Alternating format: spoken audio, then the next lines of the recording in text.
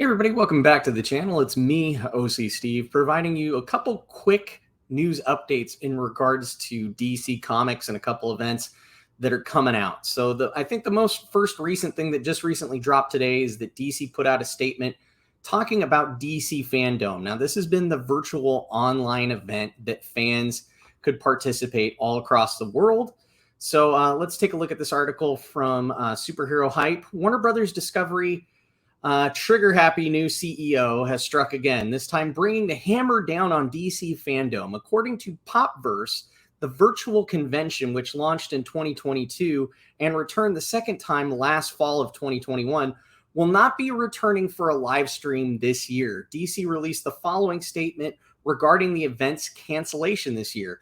With the return of in-person events, Warner Brothers Discovery is excited to be able to engage with our fans with live numerous Comic-Cons around the world and will not be scheduling a FanDome for 2022.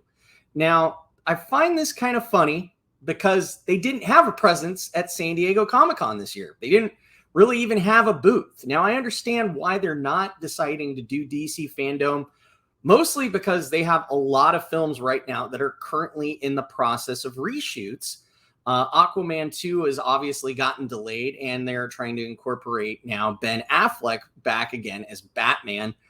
They were kind of dealing with the craziness of Ezra Miller in regards to The Flash and deciding if they were going to proceed with the movie or try to reshoot it moving forward. And obviously, they don't really have too much of a TV presence as they've decided to eliminate the CW and sell it off in its entirety and get rid of the majority of those Greg Berlanti programs. Batwoman, obviously The Flash is wrapping up on TV as well, and a couple other ones they just decided to nip in the bud as well. Legends of Tomorrow comes to mind as well. And the animated side doesn't really have too much to show either. Obviously, the biggest announcement was that Harley Quinn is going to be renewed for a fourth season.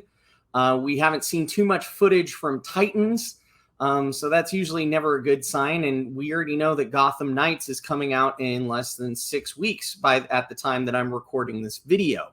So with not a lot to say in the can, really the only thing they would have to show off is Black Adam, which is coming out in October, which they already did at San Diego Comic-Con, and The Rock had a big presence there himself, showing up in Hall H in the suit, kind of getting the fans all riled up and engaged. And they already had the Superhero Pets movie come out. So I can understand why they don't want to do this, but hopefully we actually see a presence of DC at cons internationally and here locally within the United States, because if that's their plan, they're really not sticking to it at this time. It was very much kind of a shock after all the years that I've attended San Diego Comic-Con that they decided not to really have a big booth smack dab in the center of the exhibition hall. They kind of had their licensing affiliated at other smaller vendor booths, whether it was the toys or things of that nature.